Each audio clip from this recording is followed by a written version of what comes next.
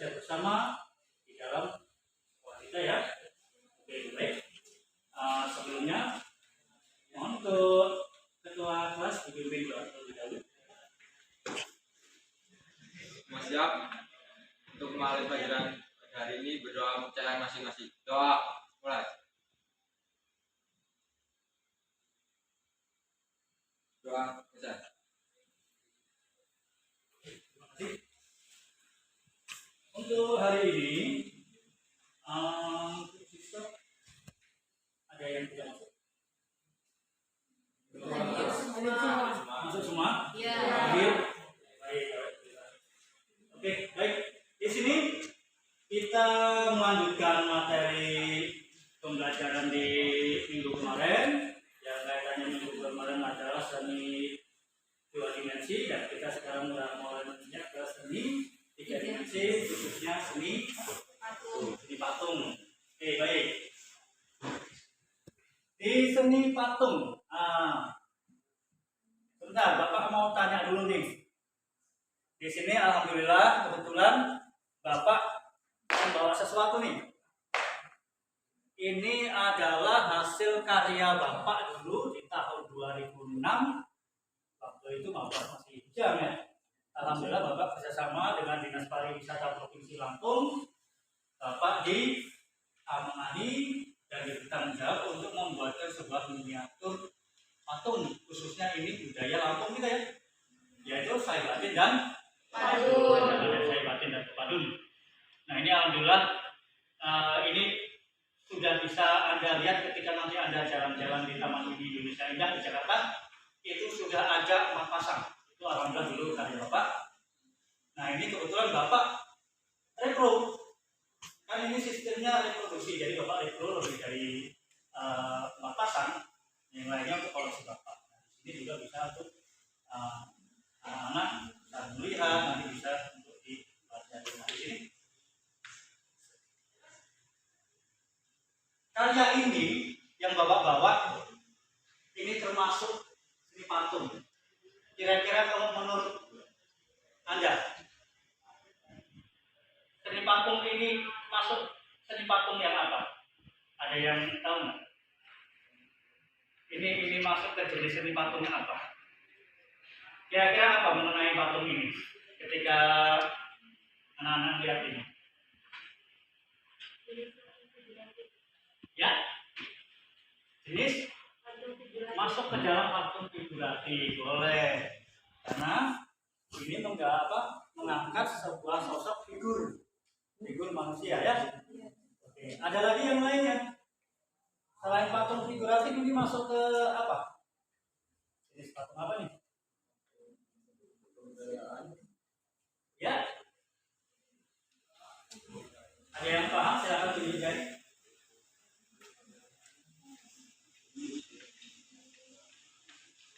Kira-kira mengenai apa nih patung ini?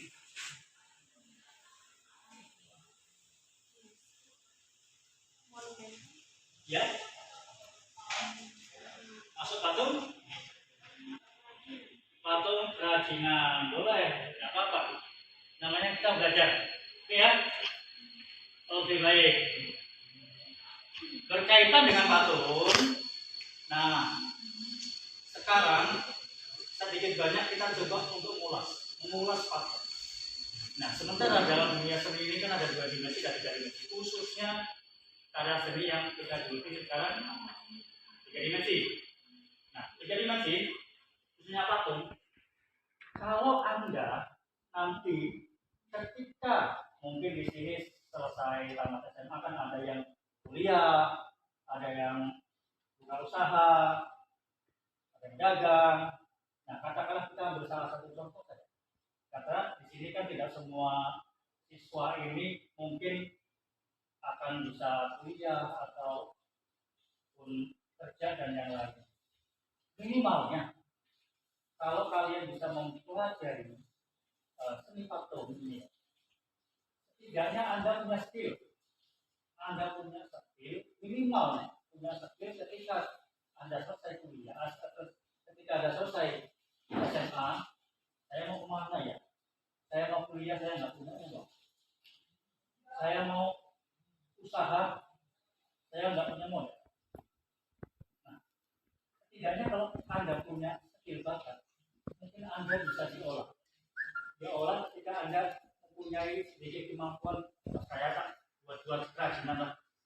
Kerajinannya itu apa? Kerajinan dari tanah liat dibuat macam-macam. Nah, patung sendiri kan banyak masuknya. Ada yang masuk ke kerajinan, ada yang monumental. Bapak sendiri sering buat patung monumental juga sering buat. Nah itu bekal ilmu atau skill yang didapat waktu belajar. Artinya ketika siswa nanti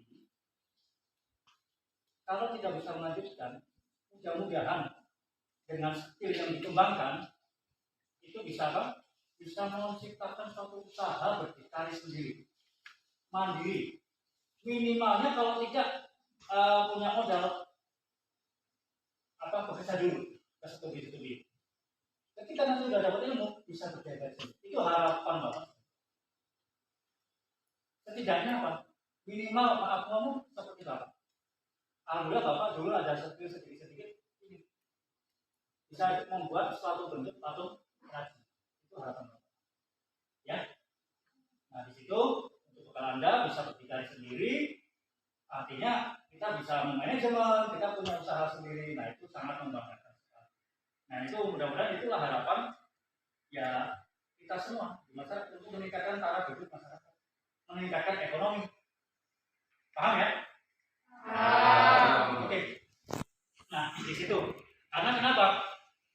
Contoh patung yang terbuat dari tanah liat. Maafnya. Bapak dulu pernah di Jogja itu banyak kerajinan itu keramik. Asalnya dari apa? Dari tanah liat.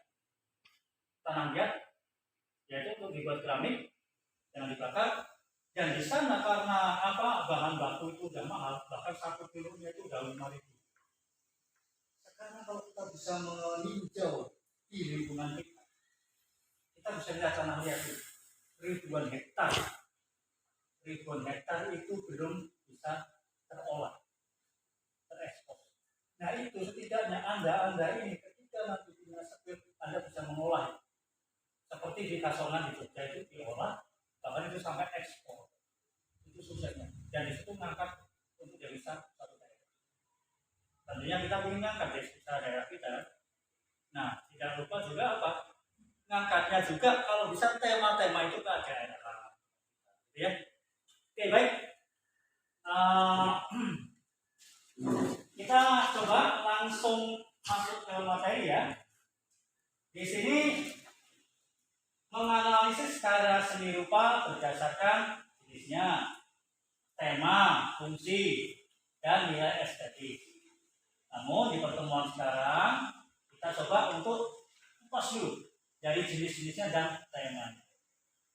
Baik. Nah di sini kompetisi dasar dan kita yaitu menganalisis secara seni rupa berdasarkan jenis, tema, fungsi, dan nilai estetik. Nah, namun di sini kita coba mengambil dulu di indikatornya. Kita cukup ini ya, 2 saja. Ini kita harus mampu menjelaskan jenis-jenis seni patung serta perbedaan dan tujuannya. Jadi seni patung ada jenisnya, ada perbedaannya juga, ada tujuan untuk buatnya. Kemudian juga kita dituntut untuk bisa melihat sumber inspirasi dari karya tersebut. Baik. Nah, tuntutan kita misalkan sebisa mungkin kita bisa mencapai dengan KM 7,2. Itu standar minimal. Tapi ya usahakan Anda harus lebih dari itu ya. Oke, baik. Nah, tujuannya minimalnya siswa bisa mengidentifikasi ada 4 jenis. Minimalnya ada 4 jenis, juga ada sumber-sumber yang baik eksternal dan internal. Oke, nanti kita bisa kupas bareng-bareng. Nah, di sini materi-materinya yaitu seni patung, perbedaan dan tujuan, lalu sumber internal dan eksternal. Coba kita penggal dulu jadi 2. Yang pertama identifikasi jenis perbedaan. Nah, ada juga menurut Max Susanto mengatakan bahwa sebuah hasil karya seni 3 dimensi Ini dibuat dengan teknik mengurangi itu artinya mereduksi ya. Istilah mengurangi itu mereduksi. Kemudian dibuat modelnya sama seperti Bapak dulu membuat model dari laser was, lalu dicetak di retro. Nah, kalau kemudian dicetak atau ditor, nah cetaknya itu ada corak. Nah, bisa dikatakan kesimpulan apa? Seni patung salah satu bentuk kesenian dari cabang seni rupa. Nah, di sini wujud dari seni 3 dimensi itu bisa kita lihat secara visual, penglihatan, ya. Dan bisa kita raba karena wujudnya itu nyata. 3 dimensi itu bisa diraba, punya ruang, bisa melihat keseluruhan. Nah, selain itu juga dia tampak plastis atau seni plastis karena patung identik dengan sebuah cipta karya manusia yang meniru bentuk yang memiliki keindahan. Artinya plastis itu artinya begini. Ketika Bapak membuat karya patung figuratif, itu posisi lengan itu benar-benar bulat sekali dan mirip sekali dengan lengan. Seolah itu plastis seperti nyata. Nah, nanti Anda akan melihat ketika pas masuk ke patung imitatif. Oke, baik. Kita lihat jenis-jenisnya. Kita bedah dulu jenis-jenisnya. Jenisnya ada figuratif dan non figuratif. Kalau figuratif berarti yang mengangkat bentuk-bentuk apa? Makhluk hidup, betul. Kalau yang non, namanya non figuratif apa ya? Bukan makhluk hidup. Kita lihat dari bahasa Inggrisnya. Nah, figuratif ini patung figuratif. Kebetulan ini bentuk-bentuk monumen itu masuk patung figuratif. Banyak monumen itu mengangkat bentuk patung. Ada yang tahu patung mana ini? Raja Intan. Ada di mana? Di Bandar Lampung. Teman kita sendiri ya. 30 kilo dari sini. Lumayan. Nah, patung figuratif salah satu jenis patung dibentuk dengan cara meniru bentuk aslinya. Lebih nyata. Nah, ini biasanya melalui proses peniruan terdapat pada kehidupan nyata. Contohnya patung suka dengan bentuk manusia. Tujuannya itu apa? Tujuannya patung figuratif ini khususnya manusia lebih mengarah pada bentuk monumen. Ya, monumen fungsinya untuk mengenang para pahlawan yang telah berjaya sama seperti kita tadi. Ini pahlawan kita, ya. Kasih tahu, tapi tahu semua. Ini ya pahlawan dari mana. Kemudian berikutnya non figuratif. Kalau kita melihat bentuknya saja seperti namanya non figuratif. Artinya dia tidak mengekspos, dia tidak mengangkat suatu bentuk-bentuk yang mirip menyerupai figur apapun. Kita katakan menyerupai figur apa? Manusia, binatang, tidak. Itu tidak menyerupai sama sekali. Artinya ini memang sengaja membuat sesuatu yang beda, yang menghindari dari bentuk-bentuk figur. Artinya ingin menampilkan dari bentuknya itu ada garis, ada ruang, ya. Nah itu mungkin di situ kan ada juga keseimbangan. Kemudian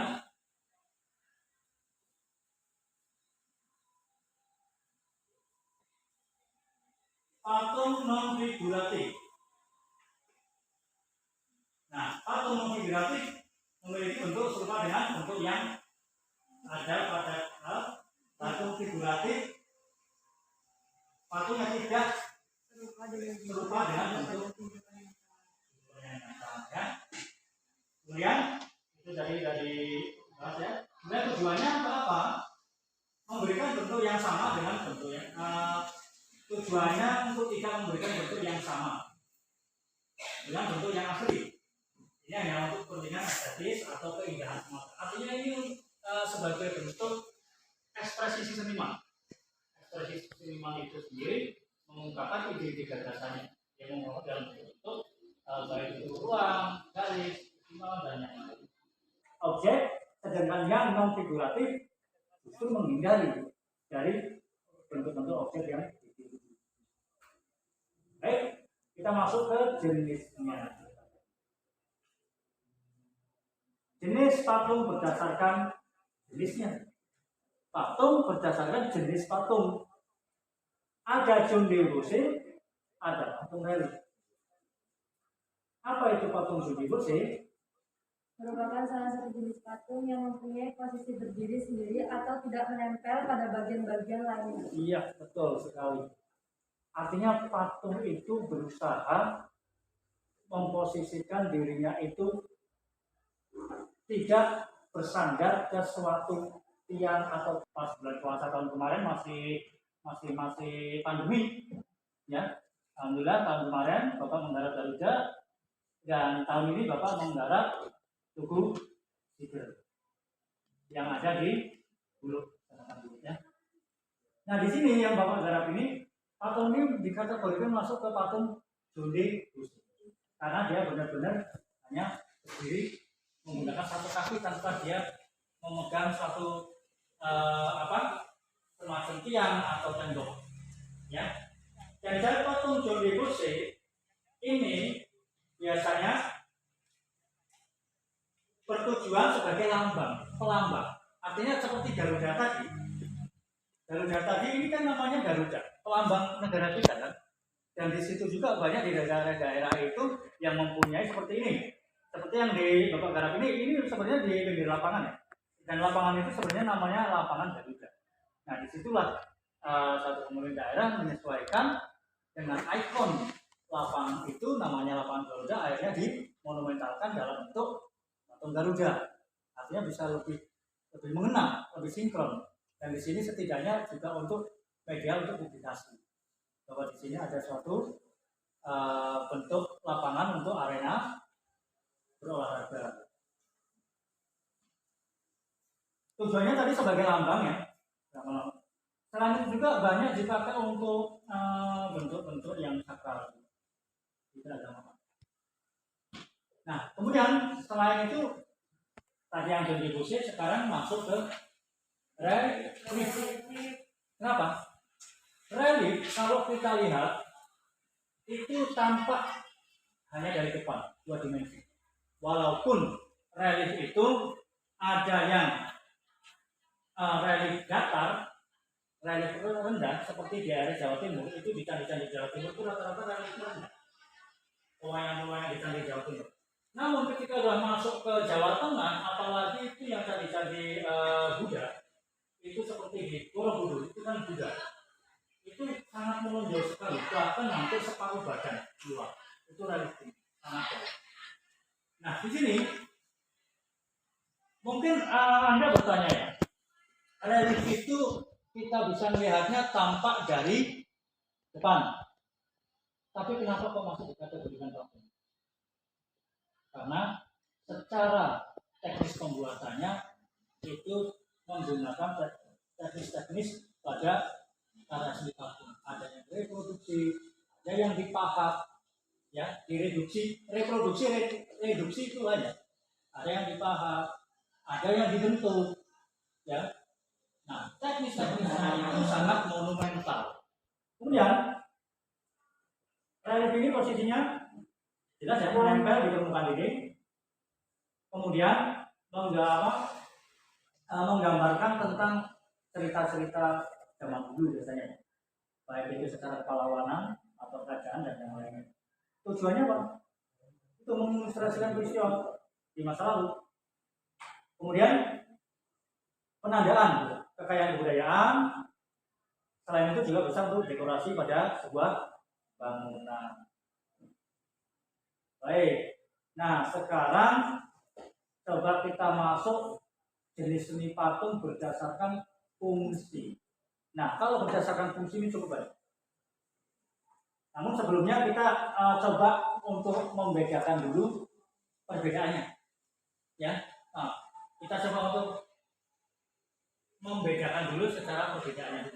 Yang tadi John de Rosé dan relief. Perbedaannya ternyata di mana? Ada yang tahu?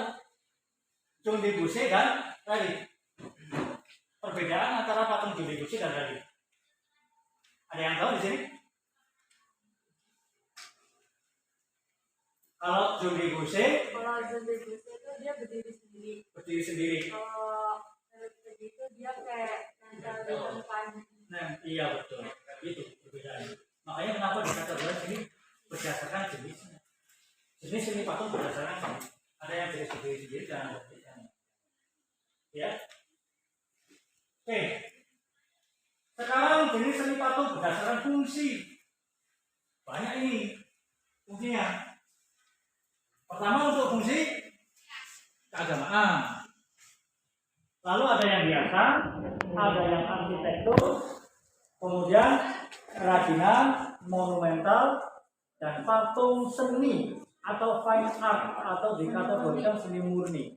Ini seni patung yang memang murni untuk ekspresi si seniman dalam membuat karya seni patung. Artinya tidak diperjualbelikan. Ya. Oke, kita kupas satu-satu. Nah, gambarannya seperti itu. Kalau patung religi sudah jelas ya. Keperluannya ya untuk beribadah, penyediaan, acara keagamaan, dan ini memiliki makna religi bagi pemeluk agama tertentu ya. Kemudian patung religi tujuannya untuk beribadah dan penyediaan pada cara keagamaan bermakna religius bagi sebagian umat beragama. Nah, sekarang sebelum ada perbedaannya, kita lihat dulu yang patung hiasan. Anda melihat patung hiasan di sini, Anda bisa langsung live di sini. Jadi di sini Anda juga bisa langsung meraba ya patungnya ya. Jadi kemudian Andra Bapak angkat patung ini di sini karena ini masuk ke dalam patung hiasan. Oke. Patung hiasan. Nah, patung hiasan jenis patung dan fungsi yakni untuk memberi kesan indah atau kesan estetis, kesan keindahan dalam ruangan, ya. Karena patung-patung seperti ini, patung hiasan ini biasanya ditaruh untuk di ruang-ruang interior, di ruang tamu, lobi dan yang lainnya. Untuk apa? Untuk elemen-elemen keindahan, elemen estetis dalam satu ruangan. Nah itu mempercantik halaman rumah. Artinya tidak hanya interior, artinya patung hiasan juga bisa diletakkan di eksterior, di depan ruang tamu atau di teras. Mungkin ada patung-patung yang dari keramik dan yang lainnya itu. Ya. Tujuannya satu, pelengkap estetis pada suatu ruangan interior atau eksterior ya. Nah sekarang kita lihat perbedaannya. Nah ini yang kadang kurang bisa memahami. Perbedaannya kalau religi ini ditujukan sebagai sarana untuk ibadah umat agama tertentu. Sedangkan patung hiasan cenderung ditujukan hanya untuk memperindah ruangan. Nah, ini untuk hiasan, kalau ini untuk peribadatan. Jadi tidak hanya sekedar ini untuk hiasan doang. Ini kalau sama orang-orang ini apa maksudnya Konghucu ya? Nah ini kalau untuk umat agama Konghucu ini untuk sebagai peribadatan, bukan sekedar untuk hiasan. Ya. Artinya di sini kita harus bisa membedakannya. Baik. Kemudian di sini Bapak angkat juga perbedaan antara patung hiasan dengan patung dekorasi. Nah ini beda tipis ini 11-12. Hiasan dan dekorasi. Kalau patung hiasan ini memberi kesan indah dalam ruangan atau mempercantik pada halaman rumah. Kalau dekorasi dipergunakan untuk menghiasnya bangunan atau lingkungan taman, baik taman, rumah maupun taman rumah. Biasanya patung dekorasi lebih melekat ke bangunannya, ya. Tapi beda lagi dengan arsitektur ya. Artinya kalau arsitektur benar-benar menyatu, tapi kalau dekorasi ini biasanya hanya mendekor ruangan tertentu, kayak katakanlah setengah relief katakanlah ya, itu masuk ke dekor, tapi dia tidak dikategorikan relief. Baik, kita sekarang menginjak ke patung arsitektur. Nah ini yang Bapak katakan tadi. Nanti bedakan lagi antara patung arsitektur dengan patung dekoratif. Dekorasi. Ini patung arsitektur. Sudah sangat kelihatan jelas ya. Dari gambarnya di situ patung-patung itu sudah langsung menyatu ke sebuah bangunan, bahkan menjadi pilar atau penyangga, ya. Kemudian juga elemen-elemen yang menyatu ke dinding satu bangunan. Patung arsitektur ini sangat terkenal dengan keindahannya ya, kayak di daerah Romawi Yunani itu bagus sekali. Romawi masih ada sampai ya. Siapa tahu kita nanti bisa sukses, bisa jalan-jalan ke Romawi itu, bisa melihat. Dengan keindahan dan estetikanya, makanya banyak pencinta seni mencari patung jenis ini. Nah ini umumnya fungsinya sebagai penunjang konstruksi. Sekali lagi penunjang konstruksi, karena dia langsung menyatu di konstruksi bangunan. Nah, untuk tujuannya sebagai penunjang dalam konstruksi sebuah bangunan yang bernilai keindahan atau estetika yang tinggi. Nah, sekarang kita lihat perbedaannya dekorasi dengan arsitektur. Kalau dekorasi biasanya tidak menjadi satu kesatuan dengan konstruksi bangunan itu sendiri. Pasti ada misah. Ya. Kayak taman, kesan batu-batu itu kan ada dekorasinya, biasanya patung-patung ada dekorasi, di situ ada patung apa itu kayak bangau tontong atau patung ikan yang mulutnya keluar air, itu masuk dekorasi.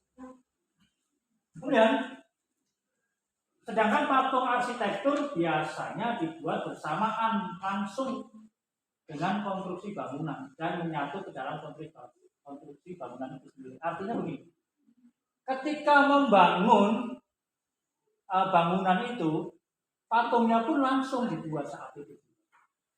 Kenapa patungnya pun biasanya dia itu menjadi pilar, makanya otomatis langsung. Nah, itu tadi dari perbedaannya. Sekarang menginjak lagi cukup banyak yang untuk fungsi ya. Sekarang patung kerajinan. Ada yang tahu ini apa istilahnya? Ini kalau di Jogja ini istilahnya loro bernyo, kalau nggak salah ya. Ini banyak sekali diproduk di daerah Kasongan, Jogja. Itu tiap harinya bapak dulu ublek-ubleknya mainnya di situ. Sempat dulu waktu kuliah namanya sedikit curhat. Waktu kuliah kadang kiriman udah minim, butuh praktek terus. Nah ya namanya mahasiswa kadang kan ya harus pinter-pinter nyari lah. Nah di situ kebetulan kawan-kawan bapak karena di kampus ISI dulu ya, di kampus ISI Jogja, itu ya kawan-kawan banyak yang di daerah Kasongan kerajinan itu. Nah disitulah bapak ikut terjun membantu ya membuat relief, membuat karya-karya patung di Kasongan. Yang bapak kritisi ketika bapak dulu pulang, sedikit curhat ya nggak apa-apa ya. Artinya untuk membuka wawasan Anda. Ketika bapak pulang di sini, bapak mengibaratkan bagaimana sih di Lampung ini sumber kekayaannya yang sama kayak di Jogja. Bapak mutar-mutar sendiri nggak nemu. Akhirnya nemu. Seperti patung-patung yang batu paras. Ada ya. Banyak sekali. Dan itu di Palembang bukan untuk seni. Artinya sayang. Kemudian ada yang lain lagi yaitu material dalam tanah liat yang bapak katakan tadi. Itu berhektar-hektar. Kalau kita bisa ngelola, kita buat seperti ini. Nah di situ itu nanti bisa menjadi aset komoditi diperjualbelikan. Siapa tahu bisa seperti Kasongan. Apalagi kalau kita bisa membayangkan Kabupaten Pringsewu itu menjadi Kasongannya Lampung. Wah mantap sekali. Artinya apa? Tarafnya udah internasional, internasional, ekspor dari hasil kekayaan kita. Kekayaan alam banyak, ditunjang juga dengan SDM. SDM-nya sangat menunjang dengan skill, kemampuan untuk mengolah bahan-bahan baku yang ada. Wah itu baru mantap. Itu harapan kita semua ya, mudah-mudahan bisa capai. Kemudian patung kerajinan ini banyak jenisnya ya. Fungsinya apa? Untuk produk dagangan. Patung kerajinan biasanya direpro, dibuat dengan jumlah banyak, dia memang tujuannya untuk diperjualbelikan. Namanya bentuknya kerajinan. Dan di sini dijual belikan kepada konsumen, dan patung yang memiliki keunikan tersendiri ya tentunya akan dijual dengan harga lebih mahal. Lalu tujuannya apa? Untuk produk dagangan. Kemudian dijual secara bebas dan menjadi produk dagangan yang memiliki nilai jual di kalangan masyarakat. Artinya ini membantu untuk masyarakat supaya mempunyai nilai tambah dalam penghasilan. Kalau bisa mengeksplor hasil-hasil bumi itu. Coba perbedaannya apa itu? Antara patung hiasan dan patung kerajinan. Beda-beda tipis ini. Tadi ada patung hiasan dan patung dekoratif. Patung dekoratif dengan patung arsitektur. Nah sekarang patung kerajinan dan patung hiasan. Oke, bedanya di mana? Kalau patung hiasan itu tuh buat mempercantik ruangan atau ini buat hiasan.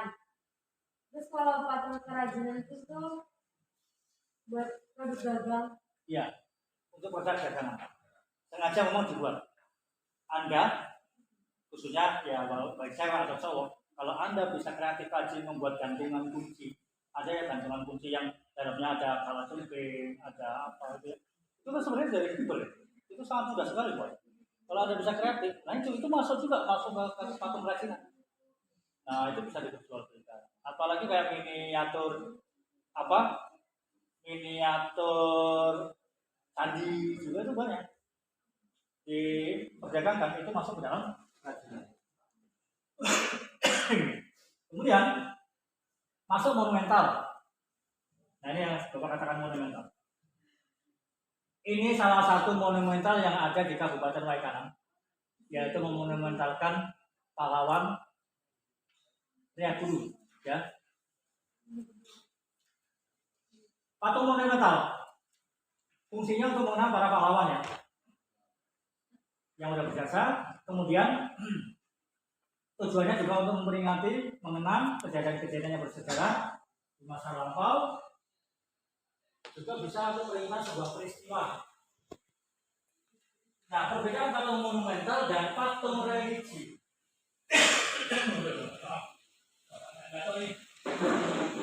Perbedaan pada patung monumental dan patung religi. Tidak semuanya patung religi itu masuk ke monumental. Dan tidak juga semua patung monumental menjadi patung religi. Ada sebuah patung monumental kayak Siddhartha, bentuknya kayak monumental. Patung fine art atau seni murni. Yang Bapak katakan seni murni, artinya di sini patung ini sengaja dibuat oleh para seniman, tapi ini benar-benar seniman murni yang dia tujuannya untuk mengekspresikan ide gagasan yang ada dalam diri sendiri. Mungkin itu yang faktor dari internal ya, yang nanti kita akan bahas. Katakanlah seorang pematung ingin mengangkat suatu tema kebersamaan. Ya, jadi kita tahu dia mengangkat mungkin tidak bentuk-bentuk spesifik, tapi yang bergerombol. Nah itu juga sudah mensimbolisasikan suatu kebersamaan dalam satu komunal. Ya. Baik. Kemudian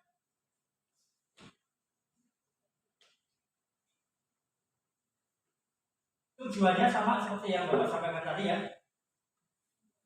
Di sini perbedaannya patung seni atau fine art ini larinya ke dalam tujuan pembuatan. Kalau yang patung lainnya untuk mengenang jasa para pahlawan, untuk kepentingan religi, untuk kepentingan menghias ruangan, untuk kepentingan elemen dalam bangunan, arsitektur.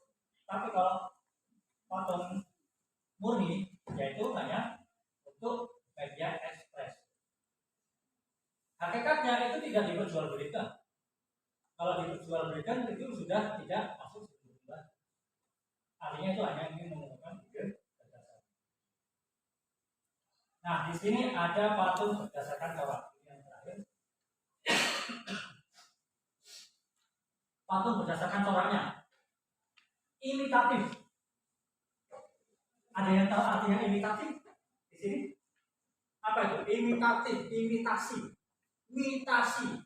Kita tarik dari bahasa ini, dari kata-kata ini. Apa artinya? merupakan hasil tiruan dari tubuh, hewan, dan tumbuhan maupun manusia. Namanya imitatif, imitasi, imitasi, meniru, tiruan, ya. Tapi di sini ada dalam konteks realis representatif. Artinya dia merepresentasikan dalam bentuk realis. Benar-benar mirip. Kemudian deformatif. Deformatif berusaha untuk merubah, tapi bentuk aslinya masih tampak, tidak hilang. Yang terakhir non figuratif atau abstrak.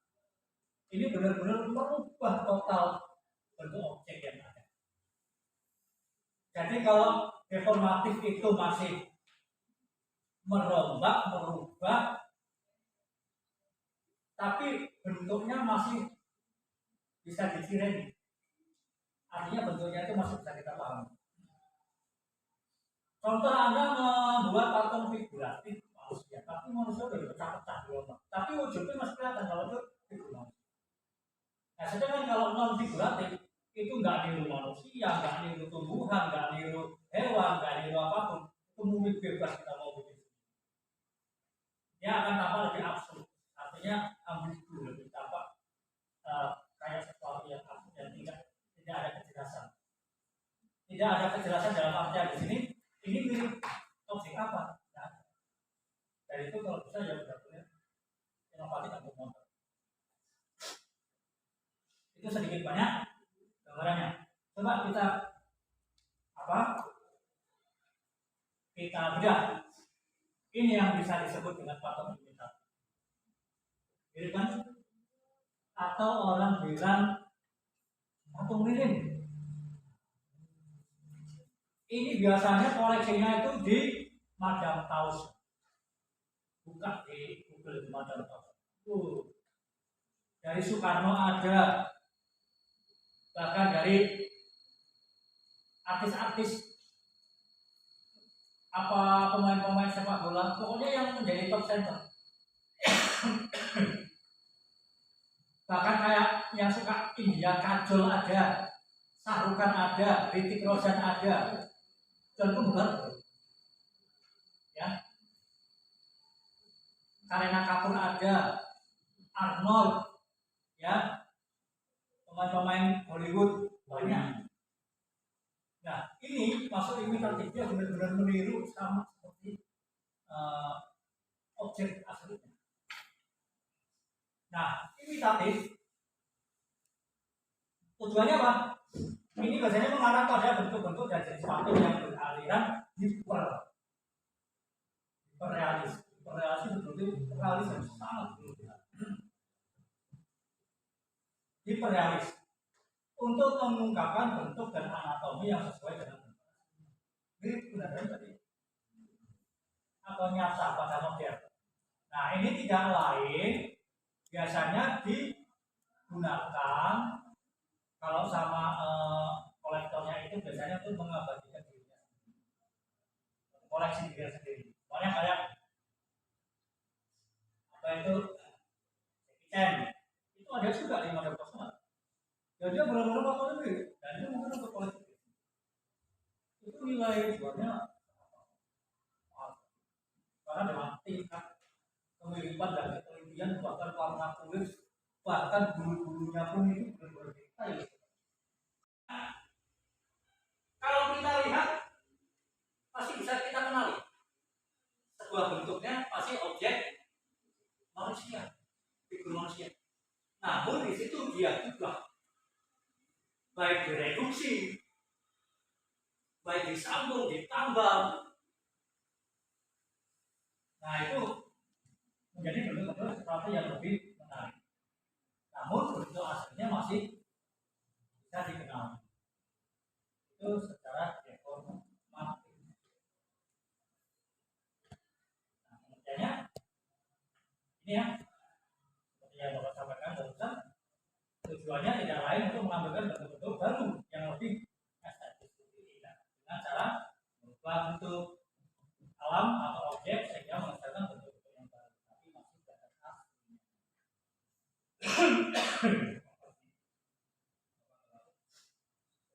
Lalu patung non figuratif atau abstrak, ya. Ini patung yang abstrak. Artinya merubah bentuk-bentuk yang nggak berubah, nggak meniru. Mau dikatakan mirip orang, nggak mirip orang. Mirip tumbuhan, nggak mirip tumbuhan. Mirip binatang. Artinya ini benar-benar ini mengarang atau berimajinasi sendiri menurut khayalan si seniman itu sendiri. Tapi di sini tetap menggunakan kaidah-kaidah pada bentuk-bentuk keseimbangan, balance dan yang lain. Ya. Ada prinsip-prinsipnya di situ, mungkin ritme atau mungkin center of interest, pusat perhatiannya mana yang ditonjolkan. Ya. Oke baik, sampai di sini. Ada yang mau ditanyakan? Ada yang masih perlu ditanyakan? Artinya di sini dari sekian itu dari bentuknya atau dari bentuk, dari jenis, dari fungsi dan corak. Di sini ada yang belum masuk? Mungkin masih agak penasaran Pak, saya kok masih penasaran sama yang di sini Pak. Kalau di sini ada yang berkaitan di rumah Pak. Di rumah saya Pak ada patung itu maksudnya di patung apa Pak? Dan begitu ya. Ada yang ditanyakan kira-kira? Sudah masuk semua? Paham? Oke. Paham? Coba kita sekarang masuk yang kedua. Masih ingat tadi? Yang pertama apa? Yang pertama yaitu pada jenis. Nah, mengidentifikasi jenis perbedaan tujuan pembuatan karya seni patung. Jadi kita sudah tahu jenisnya tadi, perbedaannya masing-masing patung dan tujuan dalam pembuatannya. Sekarang kita masuk yang kedua. Yang kedua yaitu mengidentifikasi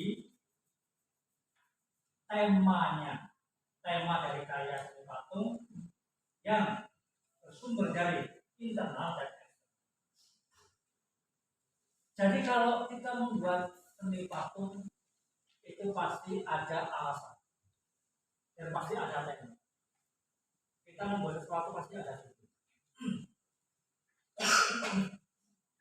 Temanya ada dua sumbernya. Internal itu yang berkaitan asalnya dari diri kita sendiri. Kaitannya seperti apa? Seperti permasalahan gejolak jiwa kita.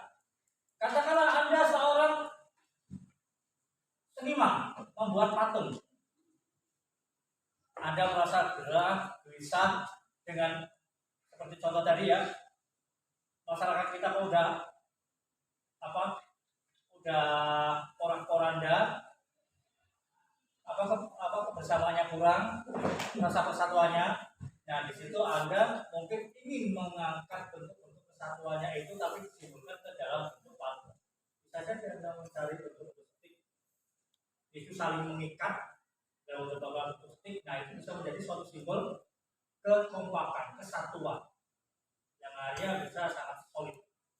Nah itu udah masuk. Dan itu biasanya bisa dikategorikan apa sumbernya dari internal itu masalah kita. Ya, kita karena kegelisahan, rasa kegelisahan kita. Si seniman antar seniman dengan lingkungan. Kemudian ada faktornya dari selain kegelisahan, rasa senang, rasa sedih, rasa gembira. Nah itu faktor internal. Seperti saya Bapak katakan, yang sudah ya. Mungkin Bapak pernah beri contoh. Kalau cewek yang jengkel sama cowok diputuskan, kalau saking jengkelnya itu digambar cowok itu mukanya kayak sintoma, saking jengkelnya. Karena rasa jengkel itu terhadap cowoknya karena diputuskan secara sepihak. Gambaran seperti itu dan itu ajar langsung dimati. Biar lihat tuh cowok saya seperti itu. Kira-kira buat dijual nggak? Enggak, kan? Itu sebagai media ekspresi Anda. Setidaknya seperti itulah seni murni kita menggambarkan secara gamblangnya. Nah, itu seperti itu. Dan itu sumbernya dari apa?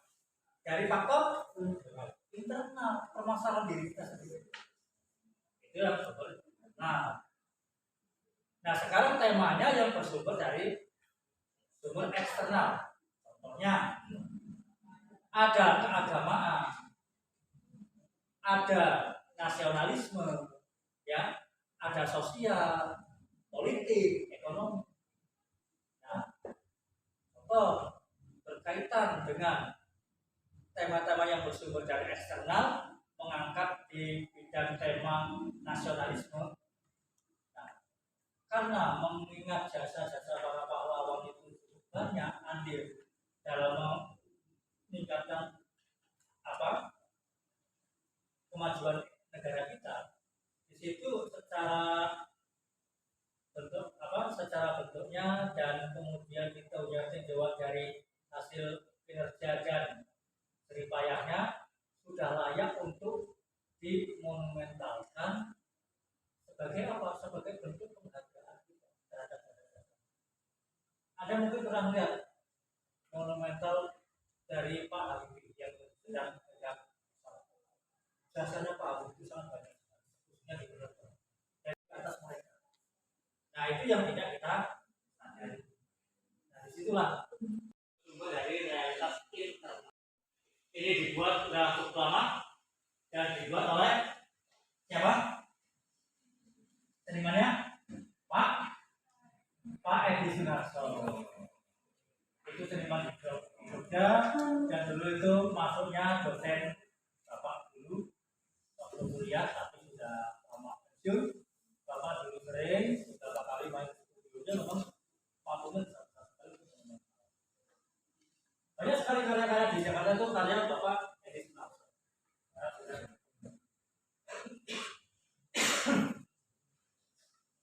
Oke, kita coba untuk menggali, ya. Artinya di sini coba kita belajar untuk menggali bagaimana kita mengungkapkan dan menginterpretasikan dari gambar itu kira-kira ini layaknya masuk ke sumber internal atau eksternal. Oke, sebagai contoh pembelajarannya. Nah, ini karya Nyoman Nuarte yang berdomisili di Bandung. Karyanya sangat banyak sekali. Dia juga sudah go internasional, maestro, dan dia yang membuat dalu-dalu sejarah. Salah satu karya-karyanya. Baik, dari karya ini ada nggak yang bisa mengargumentasikan? Coba Bapak pancing dulu dah. Yang bisa mengargumentasikan bebas itu berdasarkan interpretasi Anda sendiri. Kira-kira kalau bentuk seperti itu menggambarkan apa, mensimbolisasikan apa, menceritakan apa? Coba tunjuk jari.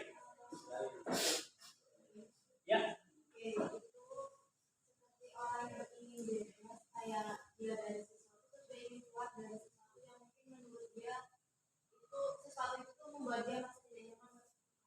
Oh iya, betul sekali. Sama persis dengan asumsi Bapak. Ketika melihat penggambaran itu ada lebih dari satu, ada 5 ya, satu komunal. Bisa dikatakan bahwa di situ adalah bentuk ibu wanita. Jangan salah, kalau kita kaitkan, tarik kesimpulannya dengan dikaitkan ke yang hal-hal terjadi sekarang ini masih banyak, yaitu apa? Semacam kayak TKW, tenaga kerja wanita. Banyak itu tenaga kerja wanita itu yang ilegal.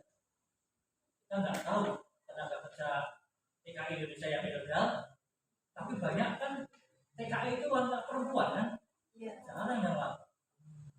Apalagi sekarang pada kerja di Indonesia juga di Malaysia, di Arab itu perempuan yang dijadikan tenaga kerja. Kita nggak tahu yang TKI ilegal itu di sana bagaimana? Apa disiksa? Apa dikerem di dalam ruang di rumah nggak bisa keluar? Apalagi yang dia itu ilegal, paspornya nggak ada, dia mau pulang harus ada kelengkapan paspor, lainnya nggak bisa. Ini katakanlah satu TKI, kita nggak tahu yang di sana itu banyak sekali TKI yang tidak tercover, tidak terdeteksi.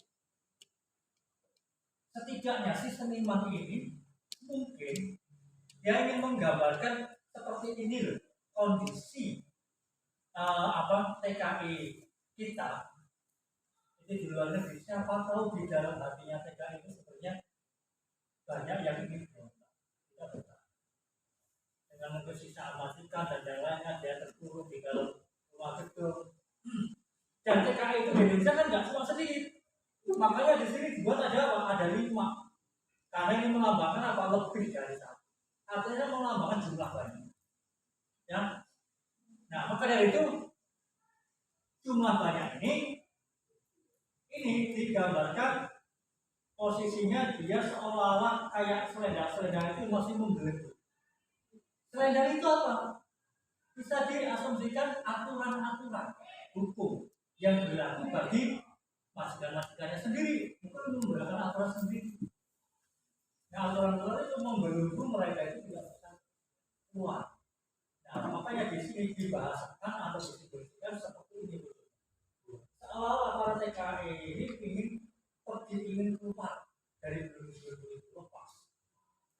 Nah, ini asumsi Bapak. Ketika Anda sebagai apresiator, semua apresiator boleh mengasumsikannya lebih dari itu. Siapa tahu mungkin kaitannya bukan hanya dengan TKI, tapi dengan hal-hal yang lain. Ya. Bisa sedikit ada penggambaran seperti itu ya. Ada yang paham yang bisa bercerita kan? Artinya nanti bisa memahami ketika bentuk-bentuk patung yang lainnya, tidaknya Anda sudah mulai peka untuk mencerna, mengasumsikan, menginterpretasi. Oh, ini maksudnya seperti ini. Oh, patung ini mensimbolisasikan ini.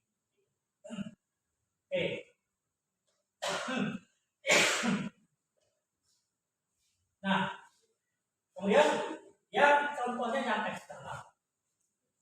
Kita nggak tahu sendiri. Itu patung apa? Patung gajah yang ada di Bunda Gajah arah mau masuk ke di Kabupaten kita. Kurang lebih berapa kilo dari sini? 15. Iya. Bulu ini. Itu patung. Ya, kalau pagi kan pada mau ngeluput. Patung lewat ini lah. Patung lantai patung. Nah, pasti di sini udah kenal semua kan patung gajah itu? Ada di daerah kita sendiri. Nah, silakan. Mungkin cowok apa cewek? Coba belajar mengargumentasikannya. Ini sudah jelas dari eksternal, karena tidak ada hubungannya dengan rasa gelisah, senang, sedih si pembuatnya. Kaitannya itu urusan masalah luar. Ada Ada yang bisa menginterpretasikan kapal pancing? Iya. Silakan. Jadi kalau menurut argumen dari saya, buat gajah sendiri itu melambangkan benar-benar ciri khas dari Lampung ya, hewan yang ada dilindungi di Lampung ini juga hewan besar.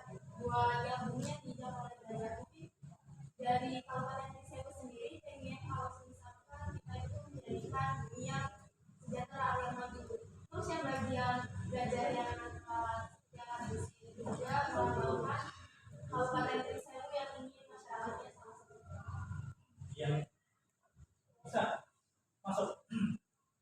Mungkin ada yang lain, mungkin bisa mengargumentasikan. Siapa tahu interpretasi Anda yang gambaran yang berbeda lagi, tapi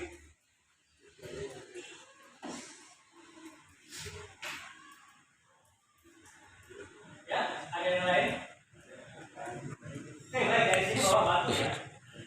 Di sini satu figurnya gajah, monumental gajah. Satu monumental gajah itu benar tadi, yaitu masuk apa jenis binatang yang menjadi ikon Lampung. Karena di Indonesia ini taman gajah itu Masuk.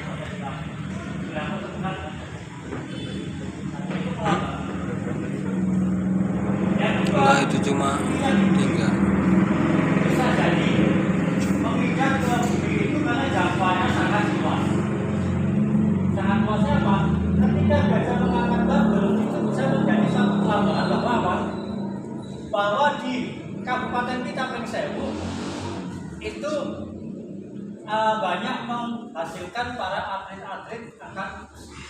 Kan banyak atlet-atlet angkat besi yang dari kabupaten kita ya, yang sudah go internasional. Itu banyak. Nah, dan di situ kenapa bumi? Makanya atlet-atletnya itu jagonya itu jauh, ya, sama ke luar negeri, baik di nasional atau internasional. Nah itu pelambangannya seperti itu, penafsirannya ya. Oke, baik. Sampai di sini sudah paham? Sudah. Nah, baik, kita cari gambaran satu lagi. Ada ini patung yang bersumber dari realitas internal. Ini juga sama, kurang lebih ini menyongsong suatu kebebasan, ya. Sangat dengan bentuknya yang sangat dinamis, Anda bisa menginterpretasikan sendiri. Tapi ya, dengan tadi untuk dilatih tadi. Nah ini sama patung Budi Gusin yang Bapak angkat tadi, ini juga faktor eksternal. Kenapa? Karena ini kaitannya dengan sosial kemasyarakatan untuk mengenali suatu daerah, penamaan suatu lapangan yang ada di daerah tersebut. Oke, sampai di sini. Ada yang mau ditanyakan? Ada yang belum paham? Oke, kalau sudah, materi sudah, baik. Sekarang coba kita buat kelompok, digabungkan jadi kelompok jumlahnya berapa? 17. Kita buat kelompok 4, yang 3 4, yang satunya 5 boleh. Nah di situ kebetulan sudah ada lembar-lembar LKPD jawaban yang sudah siswa pegang masing-masing ya. Nah silahkan masing-masing siswa berkelompok cari informasi. Tolong kalau mencari informasinya buka di internetnya kaitannya dengan materi karya seni rupa 3 dimensi khususnya patung. Tolong buka linknya itu, jangan yang lain. Buka linknya itu, kemudian silakan itu ada beberapa pertanyaan dalam kolom diisi dan saling komunikasi ya. Kerjasama.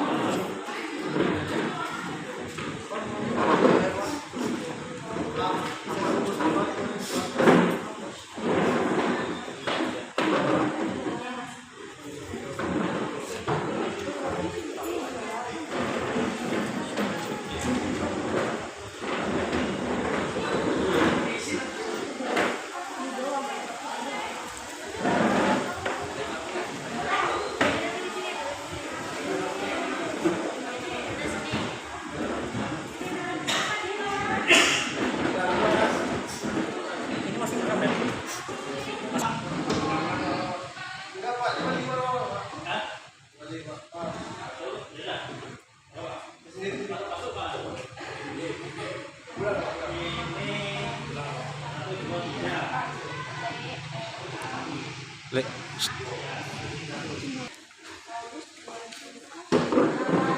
Nah,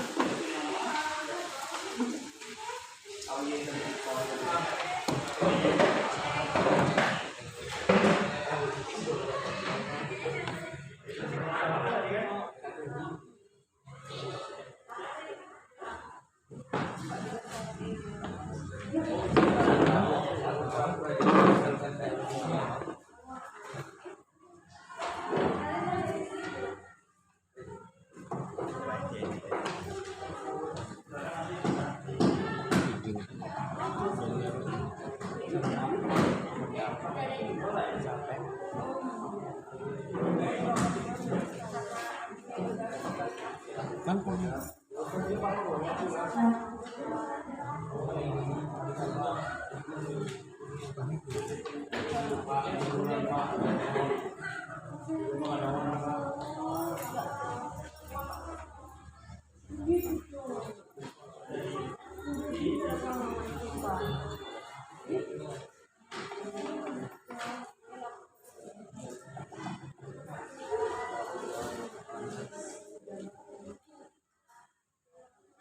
ya ini jangan.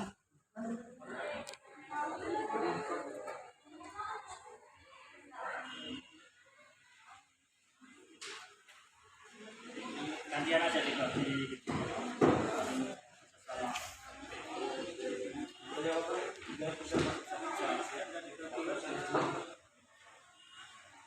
Apa tulisannya? Kamu ini bisa dibaca ya?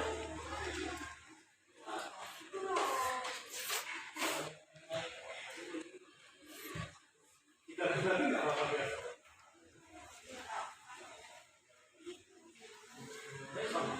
Soal satu yang ketahuan, nah, soal kedua yang ketahuan.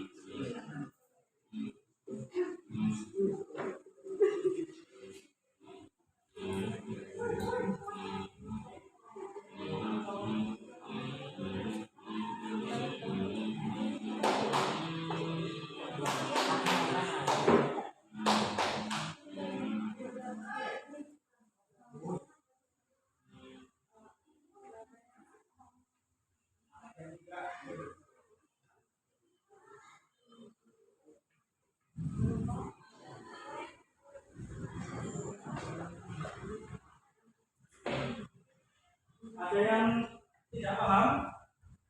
Ada yang perlu ditanyakan? Ada yang tidak paham bagaimananya? Silakan.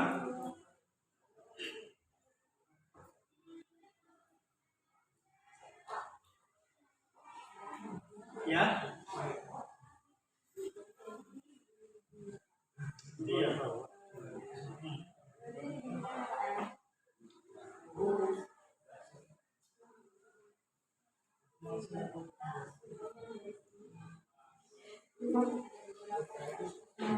Jawabannya nggak ada semua poin. Sebenarnya kaitannya ini kan sama seperti yang makanan. Iya. Kita sudah yang tadi sama kayak di mana tadi.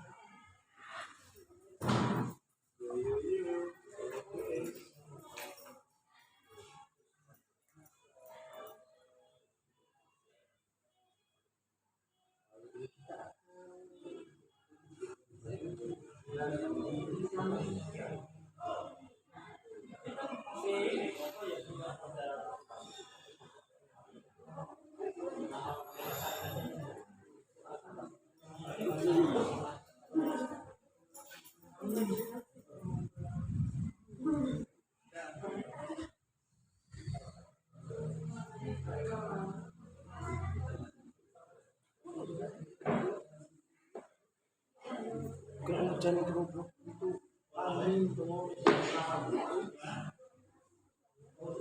Maaf ya.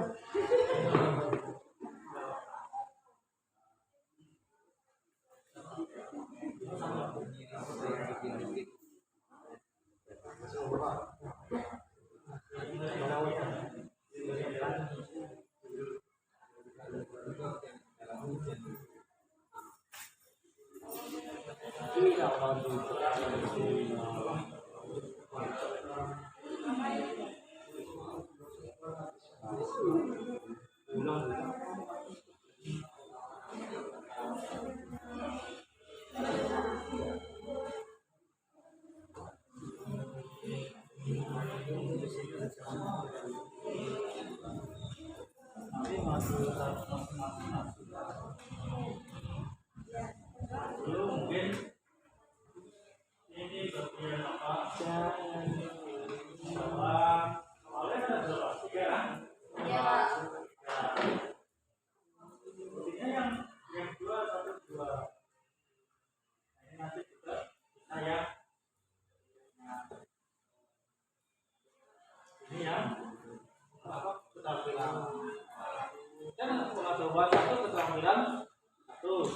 Pengetahuan itu ada 3. Soal yang keterampilan ada 2. Yang mau nanti 3.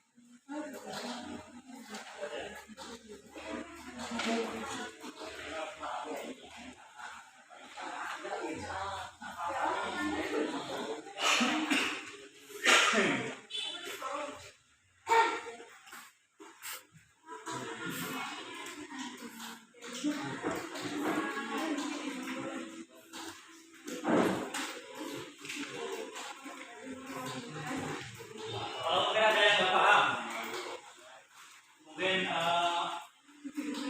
bagian yang paham yang mana, nanti saling ini ya, saling ditanyakan. Kalau yang lainnya, kalau yang lainnya bisa jawab, silakan bisa apa buat kolom itu tanya jawab.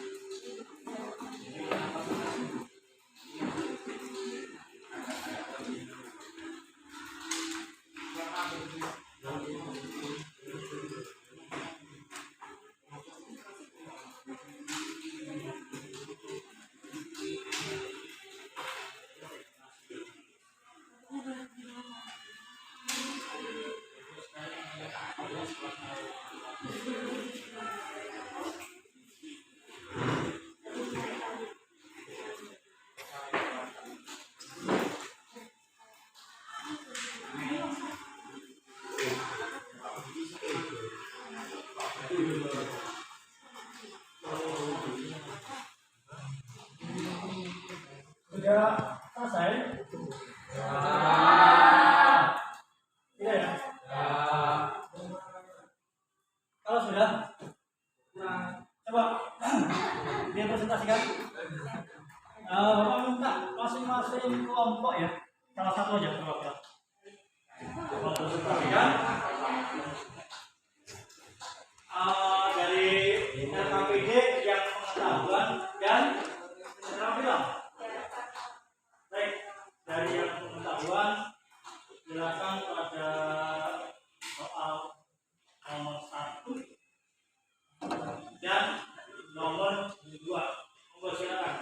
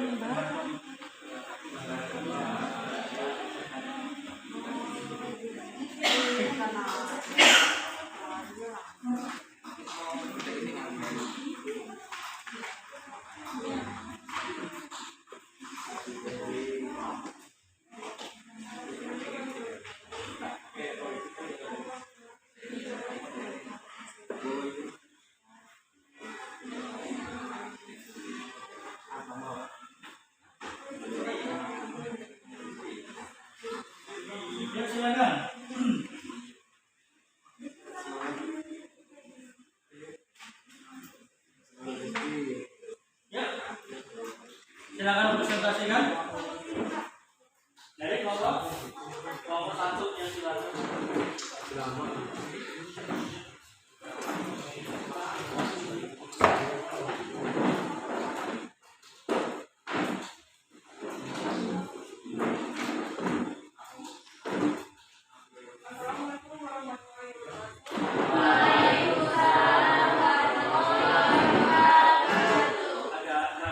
ya.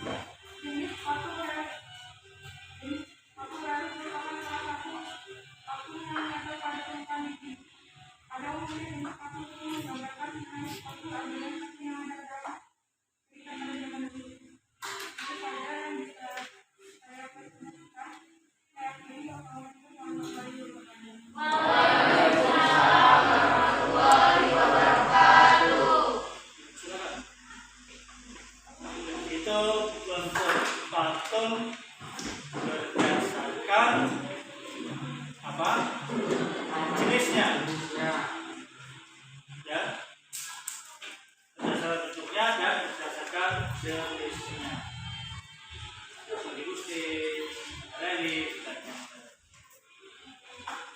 Nah mungkin ada kelompok yang lain yang bisa menambahkan dari jenis-jenis patung tersebut yang sudah siap dari kelompok mana? Iya silakan dari hasil diskusi yang agak keras itu. Baik, sebelumnya Assalamualaikum warahmatullahi wabarakatuh.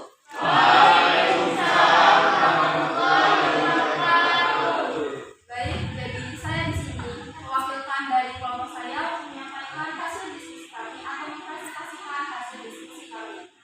Jadi pada LKPD kali ini kita untuk kelompok kita yaitu adalah aspek penilaian dari sumber internal dan eksternal. Oke, jadi yang pertama itu adalah sumber inspirasi pada gambar. Oke, jadi sebelumnya di sini kami diberikan 2 contoh gambar dan gambar ini akan kami jelaskan lagi bagaimana dari sumber internal atau eksternal dan alasannya mengapa.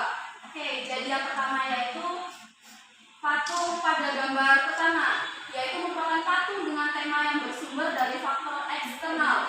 Dikatakan bersumber dari faktor eksternal dikarenakan patung tersebut tidak mewakili perasaan gelisah, senang, sedih, atau lainnya yang berkaitan dengan faktor internal pada perasaan dalam kejiwaan seseorang. Baik, lalu pada gambar yang kedua, di sini yaitu jika dilihat dari temanya, patung tersebut mempunyai tema yang bersumber dari faktor internal. Dikatakan bersumber dari faktor internal karena patung tersebut tidak melambangkan apapun yang berkaitan dengan faktor eksternal, seperti tema nasionalisme, keagamaan, nasional, dan lain sebagainya. Oke, jika tadi adalah pengelompokan patung tersebut berdasarkan eksternal atau internal, jadi yang sekarang itu adalah lebih ke alasan mengapa inspirasi yang ditentukan pada gambar 1 dan 2. Jadi pada gambar patung yang pertama, alasannya yaitu Patung pada gambar tersebut merupakan patung dengan tema yang bersumber dari faktor eksternal. Dikatakan bersumber dari faktor eksternal dikarenakan patung tersebut menampilkan bentuk figur gajah yang sedang mengangkat barbel, yang notabene bahwa gajah merupakan ikon atau lambang dari kekayaan satwa di daerah Lampung, dan barbel merupakan ciri khas daerah Kabupaten Pringsewu yang banyak melahirkan para atlet angkat besi. Di sini akan terlihat jelas bahwa figur gajah tidak mewakili perasaan gelisah, senang, sedih, atau yang lainnya yang berkaitan dengan faktor internal pada perasaan dalam kejiwaan seseorang. Oleh sebab itu, patung di atas bisa disimpulkan bahwa patung yang ditampilkan merupakan patung yang bertemakan dari sumber eksternal, berupa figur gajah sebagai ikon atau perambangan suatu daerah, khususnya daerah Lampung, dan barbel merupakan ikon atau penanda bahwa kekayaan Kabupaten Pringsewu yang telah banyak melahirkan atlet-atlet nasional dari cabang angkat besi. Kita paham bagaimana? Ya. Oke, bagaimana dari jawaban lainnya? Apakah cukup? Cukup? Ya, ya. Oke, baik. Terima kasih atas perhatiannya. Saya akhiri. Wassalamualaikum warahmatullahi wabarakatuh.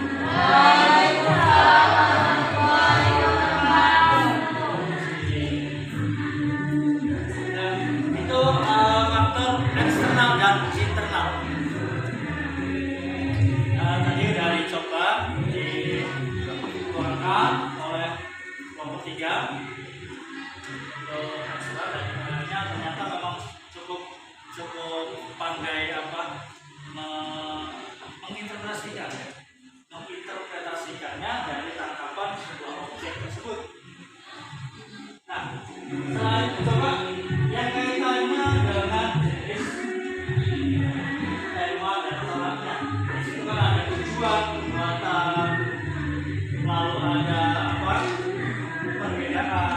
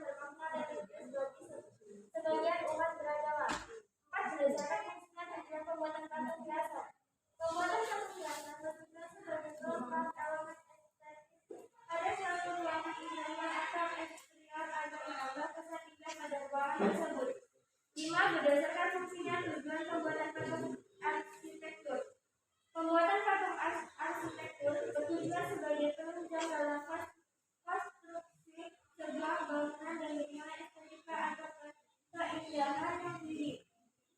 6. Berdasarkan fungsinya tujuan pembuatan patung kerajinan. Pembuatan patung kerajinan memiliki tujuan sebagai produk dagang.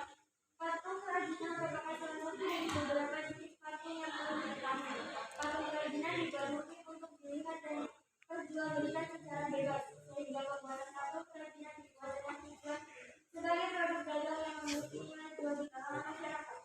7. Berdasarkan fungsinya tujuan pembuatan patung monumen. Patung monumen tujuan pembuatan patung ini adalah untuk memperingati atau mengenang peristiwa dan kejadian yang bersejarah atau jasa seorang pahlawan di masa lampau. Patung monumen biasanya dibuat untuk mengingatkan sebuah peristiwa atau kejadian yang bersejarah. Patung monumen juga dibuat untuk mengenang jasa seorang pahlawan besar dalam sebuah bangsa atau kelompok kenegaraan.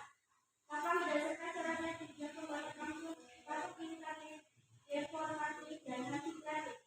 Tujuan pembuatan patung imitatif lebih mengarah pada bentuk dan jenis patung yang beraliran super realis untuk mengungkapkan bentuk dan anatomi yang sesuai dengan bentuk aslinya. Ternyata pada model hal ini tidak lain sebagai bentuk untuk mengabadikan potret diri sebagai koleksi para pecinta seni seperti halnya pada karya seni dua dimensi lukis, potret dengan aliran super realis. Tujuan pembuatan patung deformatif tidak lain yaitu untuk menampilkan bentuk-bentuk baru yang lebih estetis dengan cara merubah bentuk alam atau objek sehingga menghasilkan bentuk baru tetapi masih memiliki bentuk aslinya. Dengan kata lain, patung deformatif diciptakan menurut gagasan dan imajinasi sehingga telah menghilangkan bentuk aslinya. Tujuan pembuatan patung abstrak yaitu untuk menampilkan bentuk-bentuk baru yang lebih estetis dengan cara meninggalkan bentuk-bentuk aslinya sehingga bentuk yang diciptakan menjadi abstrak. Tentunya dengan mengedepankan nilai konseptual yang tinggi. Itulah tadi hasil kerja dari kelompok kami di kelompok 2. Oke, baik ya. Ternyata di sini terus masing-masing bisa mengilustrasikan ya. Oke, baik.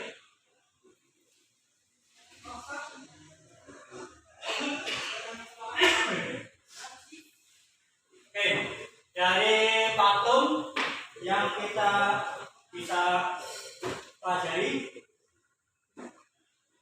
dari permasalahan tujuan pembuatan, lalu ada fungsinya, dan di sini masing-masing karena jenis-jenisnya itu pasti punya perbedaan sendiri ya. Oke, baik, yang salah paham? Oke, nah kemudian di sini jika mungkin ada yang belum paham apa sih Pak teknis-teknisnya patung itu, nah itu nanti bisa ditinjau masing-masing dari pembuatannya di sekarang masih kita masuk ke video. Oke, baik, dari semuanya itu bisa kita tarik kesimpulan manfaat seni patung, fungsi, perbedaan. Nah itu kita otomatis dari sekian itu kalau kita mengambil perbedaannya itu otomatis kita bisa menempatkan masing-masing seni patung itu pada tempatnya sendiri-sendiri. Jangan sampai nanti ada patung monumental nggak paham dengan perbedaan tradisi. Nah di situ kemudian siswa, lalu di sini siswa apa Anda itu untuk link nanti bisa dipelajari di link YouTube nanti yang di link YouTube yang Bapak bagikan tadi nanti ya. Silakan dipelajari supaya ketika nanti kita sudah masuk ke pertemuan-pertemuannya Anda sudah sedikit tahu pembekalannya. Oh tekniknya seperti ini, oh alatnya seperti ini, oh bahannya seperti ini. Oke, baik. Nah sementara ini dalam pembelajarannya ini insya Allah cukup sampai di sini. Sementara ini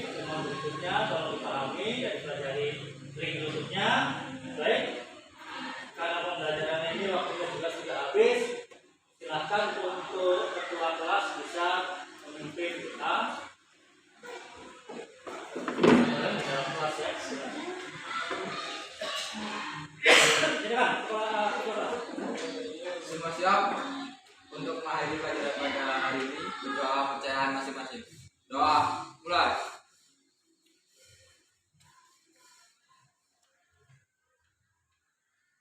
Doa selesai. Oke, baik.